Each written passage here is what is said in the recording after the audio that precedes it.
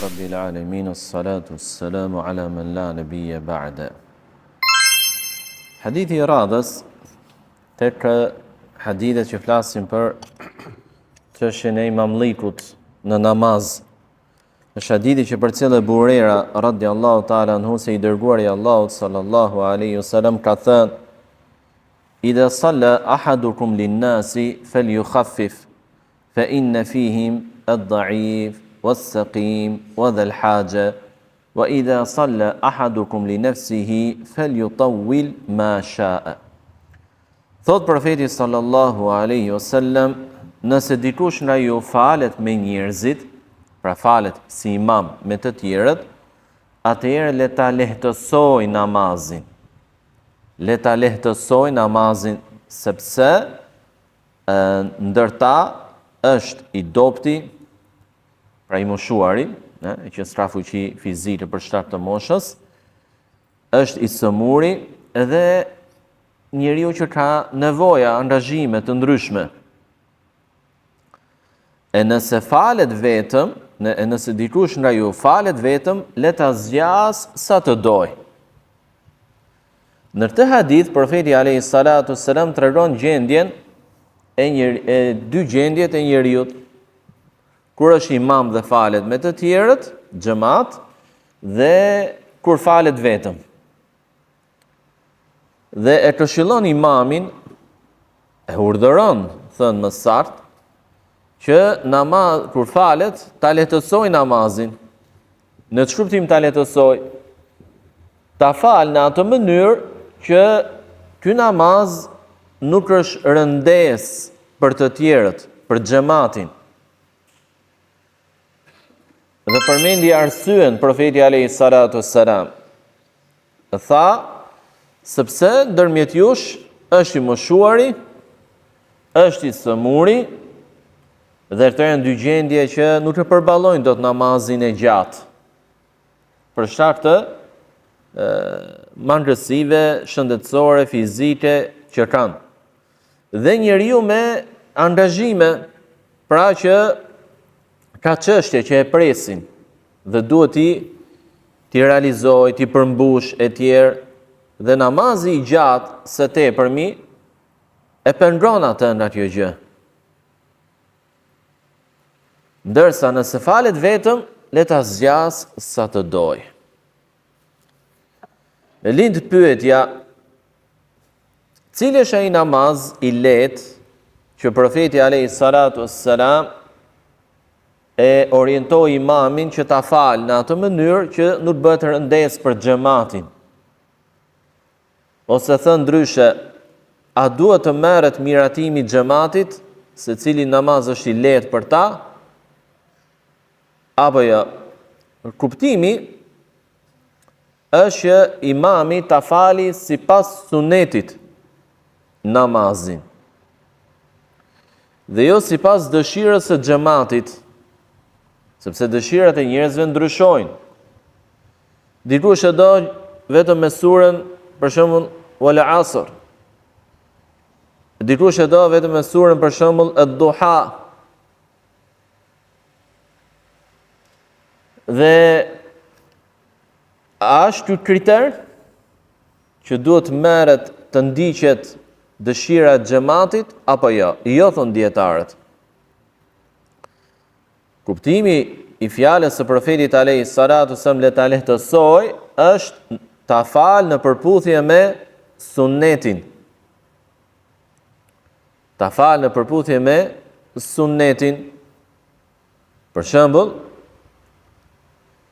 në namazet e sabahut transmetohet se profeti alayhi salatu wassalam falej me sure që quhen, ose që I përmbledh nga surja Qaf deri te surja An-Naba, amma yatasaalun.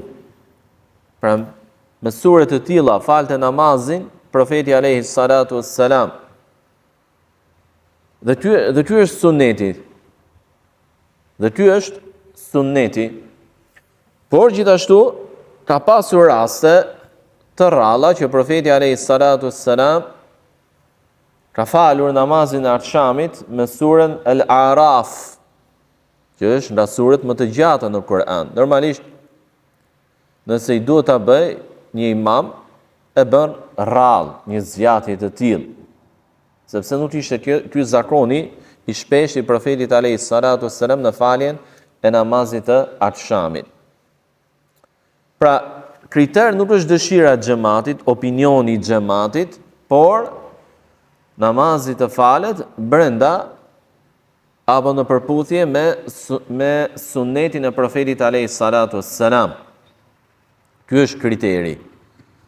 Me argumentin se Enesi radiallahu ta'ala nuk thot, nuk kam falur namaz më të lehtë, nuk kam falur, thot, namaz më të lehtë, dhe më të plot, më i lehtë, por edhe më i plot, se sa pas profetit alayhis salatu wassalam.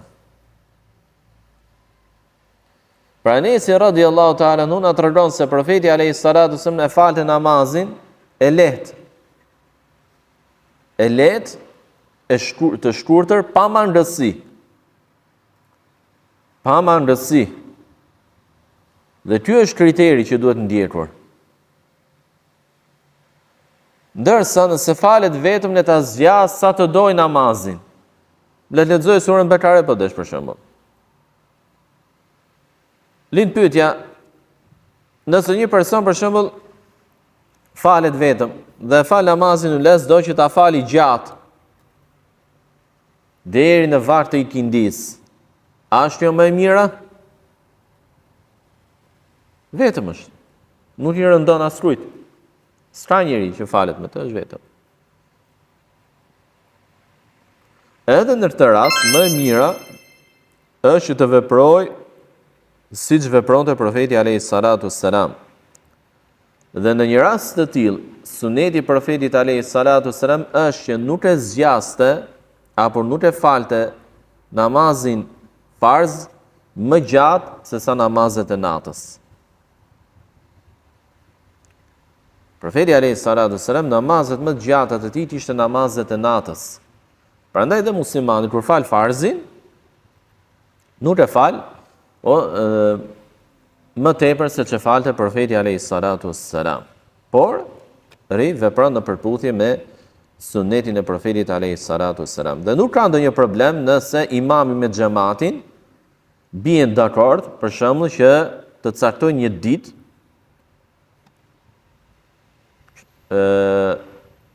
që në namazin e akşamit, për shembull, ta falin atë ditë me surën Al-Araf. Pra, i thot imami xhamatit, vëllezër, nesër do falim akşamit dhe do bëjmë një sunet që e ka bërë profeti alayhis salatu wassalam, që ka kënduar në namazin e akşamit tërë surën Al-Araf. Dhe nëse lajmërohet është mirë, sepse kush është i pamundur që të falë një namaz kaq të gjatë, e falë në xhamiat e tjera, ndërsa ai që është i mundur dhe ka dëshirë ta bëjë këtë, siç e ka bërë profeti alayhis salatu wassalam, nuk ka problem në diçka të tillë. Ashtu siç tregon dhe përmban hadithi se nëse muslimani fillon namazin, qoftë edhe imam apo vetëm, namazin farz, dhe dëshira e tij është ta falë gjatë, ta zgjas, si leximin e Kuranit, si rukun, si sejdën, por gjatë namazit i lind një nevojë që e shtyn ta shkurtoj namazin, nuk ka problem. Apo ndjen në trupin e tij që ka nevojë të shkojë në tualet. Dhe të janë gjëra normale për një njeri. Dhe nuk ka problem nëse shkurton namazin. Pra e nis për shembull nëse është imam me surën Bekare që nga fillimi. Por pas disa jetëve i kujtohet për shembull që dikush nga xhamati është udhëtar e pret mjeti udhëtimit, apo do të kthehet në vendin e tij, apo dikush është i sëmur, është i moshuar, nuk ka fuqi të qëndrojë gjatë. Atëherë çfarë bën? E shkurton. Nuk ka problem për diçka të tillë. Qartë inshallah? Elusim Allahun subhanahu wa taala të na shojë diturinë në fenë e tij, na ruaj neve nga gabimet. Subhanakallahumma bihamdik, ashhadu an la ilaha